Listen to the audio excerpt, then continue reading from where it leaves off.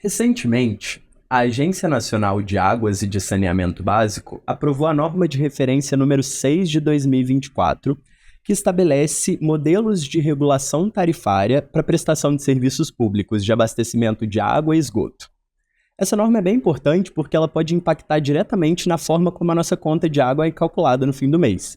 E para entender melhor como que essa norma vai funcionar, nós temos aqui o sócio do PGLO, Caio Henrique Yoshikawa. Caio, muito obrigado por ter vindo. Eu que agradeço, para mim é um privilégio estar aqui novamente. E eu sou o João Paulo Browne Guerra, você está no PG On Air.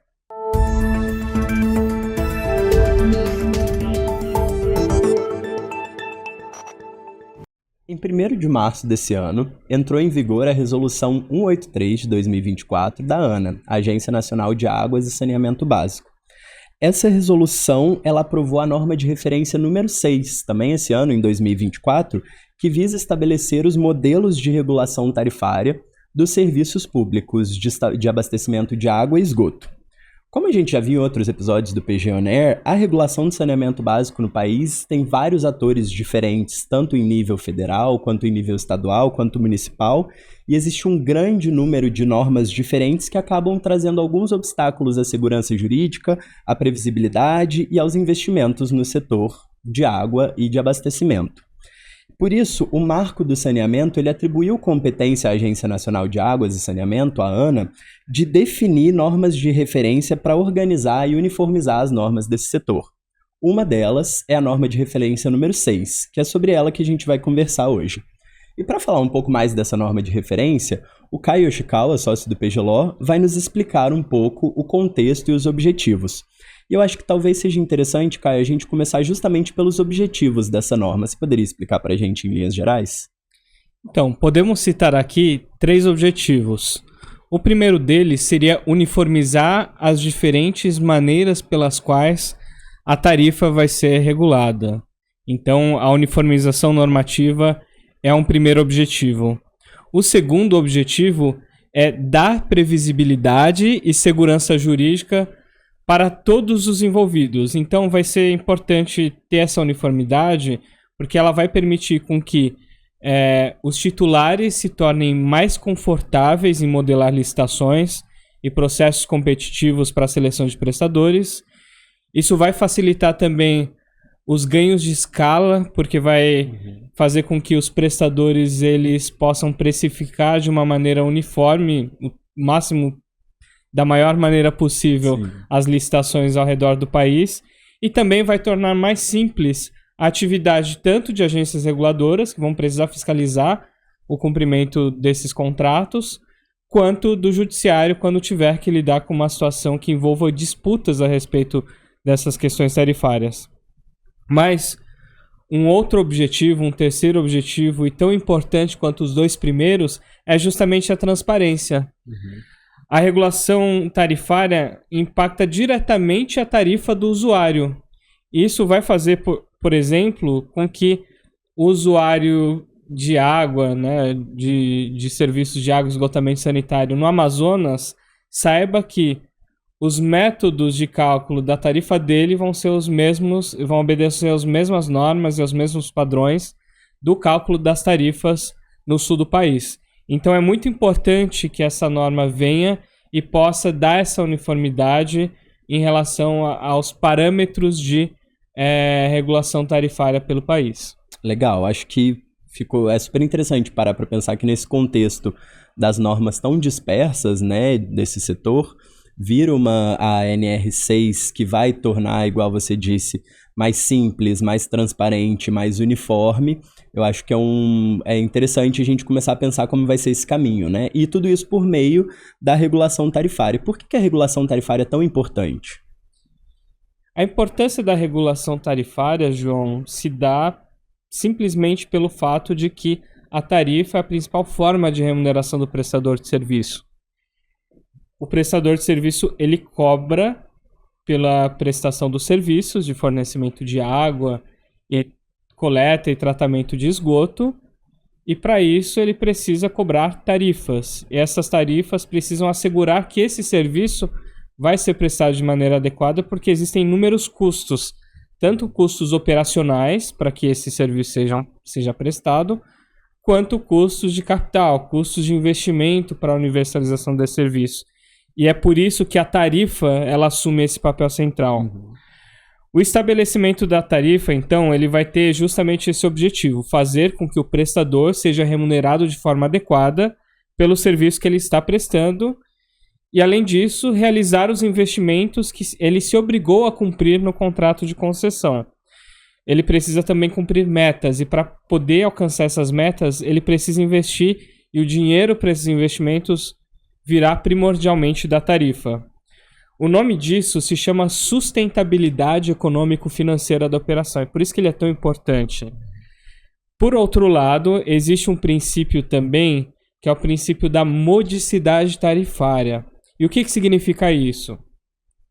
Que os serviços eles precisam ser cobrados pela menor tarifa possível para que essa sustentabilidade seja assegurada. Então, é importante que os usuários de serviços tão essenciais como os serviços de água e esgotamento sanitário possam ter a capacidade de pagar por esse serviço. É aí que entra o princípio da modicidade tarifária e o desafio da regulação é justamente conciliar essas duas coisas, tanto a remuneração adequada do prestador quanto a modicidade tarifária. A definição da tarifa é muito complexa, ela pode envolver diversos fatores. Por exemplo, subsídios cruzados. Então, em alguns casos, cidades ou bairros mais ricos acabam pagando um valor maior do que cidades e bairros mais pobres para poder viabilizar a prestação desse serviço. Muitas vezes nós temos subvenções governamentais, nós temos o governo colocando dinheiro para que os usuários paguem menos tarifas, porque a gente sabe que tarifa é algo muito sensível no bolso das famílias, principalmente as famílias que mais precisam. E uma das coisas interessantes da NR6 é vedar a cobrança em duplicidade de custos administrativos ou gerenciais do prestador. Então isso vai fazer com que a forma pela qual a tarifa vai ser calculada ou tudo que chegar na casa do consumidor para pagamento, a forma disso acontecer vai ser mais transparente e vai evitar duplicações ou potenciais, diria que, obscuridades ou complexidades que pode atrapalhar a vida do usuário, pode atrapalhar a fiscalização e fazer com que as pessoas acabem pagando mais do que deveriam. Porque eu acho que a gente chega nesse ponto nevrálgico, que é justamente a tarifa, né? Como você falou, a tarifa acaba concentrando essas informações e por meio dela vai ser o reflexo do serviço que é prestado, do que chega na população e do quanto que esse prestador vai receber.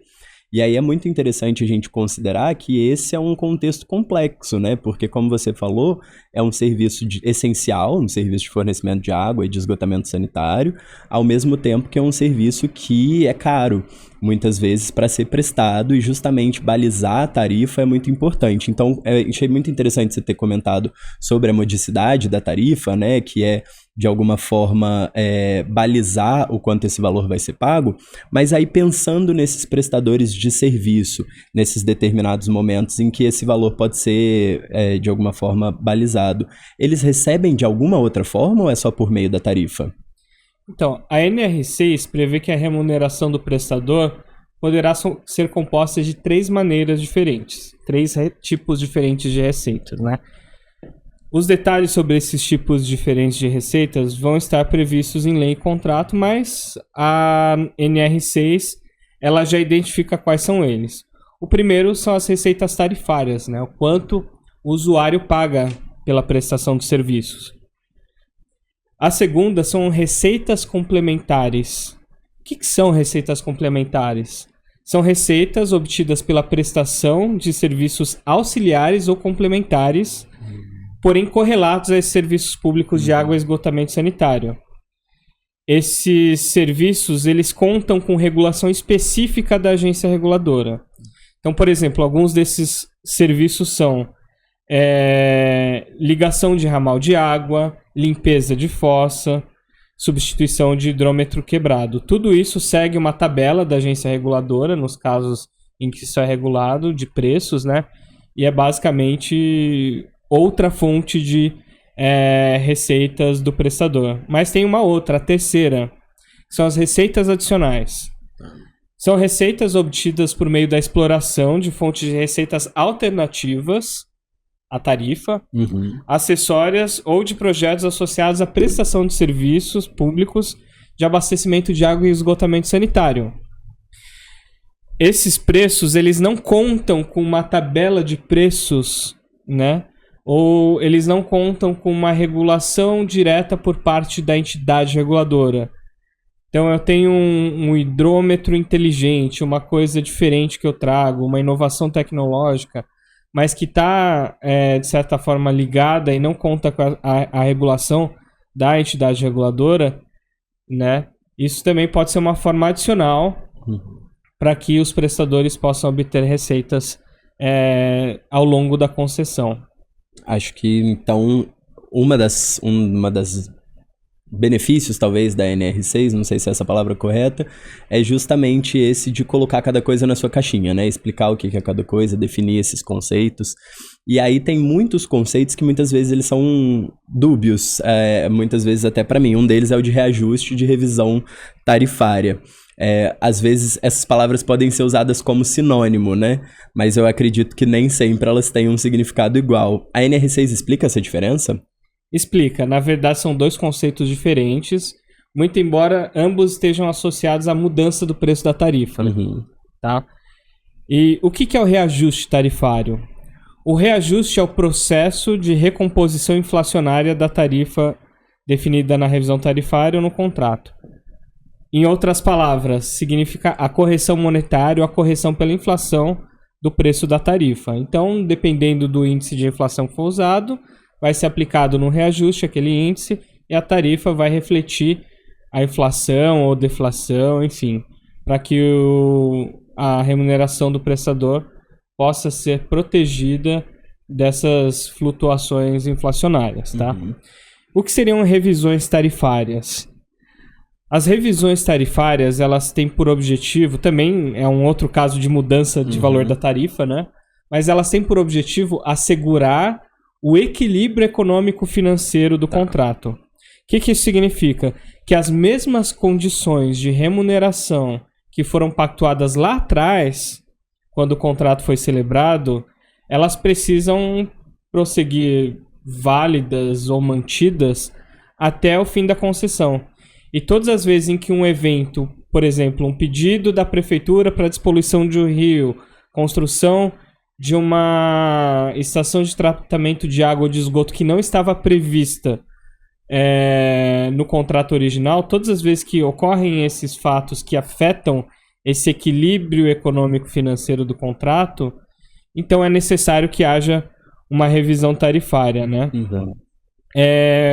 Mas, por exemplo, existem casos em que não existe licitação ou um contrato de concessão bem definido. A revisão tarifária, ela ainda será aplicável do mesmo modo, né? Mas de um modo a viabilizar os serviços. Então, não é o fato de não haver um contrato com uma matriz de risco que falamos em episódios passados bem definida, que vai deixar o prestador desamparado também. É importante que esse equilíbrio econômico-financeiro ele continue a ser assegurado e a concessão ou a prestação de serviços, no caso de inexistência de contrato, ela seja viável, até para que as pessoas recebam água potável na casa delas, para que o esgoto delas seja coletado e tratado, né?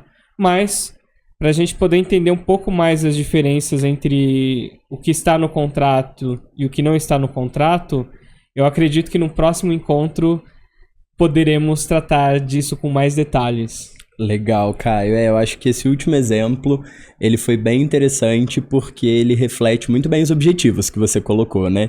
De tornar tudo mais uniforme, de tornar tudo mais simples e de tornar tudo mais transparente. E aí, tendo analisado a importância dessa regulação, eu acho que, como você falou muito bem, no próximo episódio a gente vai poder entender melhor o impacto dela, né? E da importância da regulação tarifária. Então, muito obrigado, Caio, pelas explicações. Foi tudo bem interessante e no próximo episódio acho que vai ter ainda mais, né? Eu que agradeço, João. Obrigado. Grande abraço.